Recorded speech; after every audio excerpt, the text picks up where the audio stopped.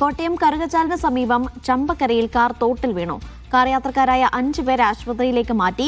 വാഹനത്തിന് അടിയിൽപ്പെട്ട ഒരാളുടെ പരിക്ക് ഗുരുതരമാണെന്ന് ദൃക്സാക്ഷികൾ പറഞ്ഞു. എറണാകുളം രജിസ്ട്രേഷനിലുള്ള കാറാണ് അപകടത്തിൽപ്പെട്ടത്.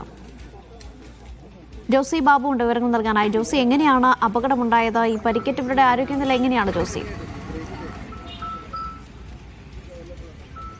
അനീഷ, ഈ അപകടത്തിൽപ്പെട്ട 5 പേരിൽ ഒരാൾ മരണപ്പെട്ടതായുള്ള വിവരം ആശുപത്രിയിൽ നിന്ന് ഇപ്പോൾ സ്ഥിരീകരിക്കാൻ കഴിയുന്നുണ്ട്. പുതുപ്പള്ളി മന്ദിരം ആശുപത്രിയിൽ എത്തിച്ച ഒരാൾ മരിച്ചതായി ആശുപത്രിയിൽ നിന്ന് ഇപ്പോൾ സ്ഥിരീകരിക്കാൻ കഴിയുന്നുണ്ട്.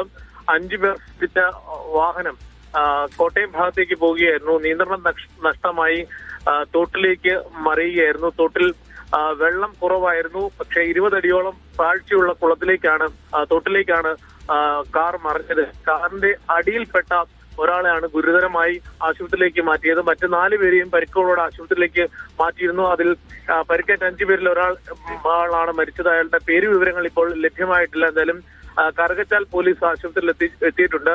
പോലീസും ഫയർഫോഴ്സും നാട്ടുകാരും ചേർന്നായിരുന്നു രക്ഷാപ്രവർത്തനം നടത്തിയത്. വൈകുന്നേരം 5 മണിയോടുകൂടി 4 മണിയോടുകൂടിയായിരുന്നു ഈ അപകടമുണ്ടായത്.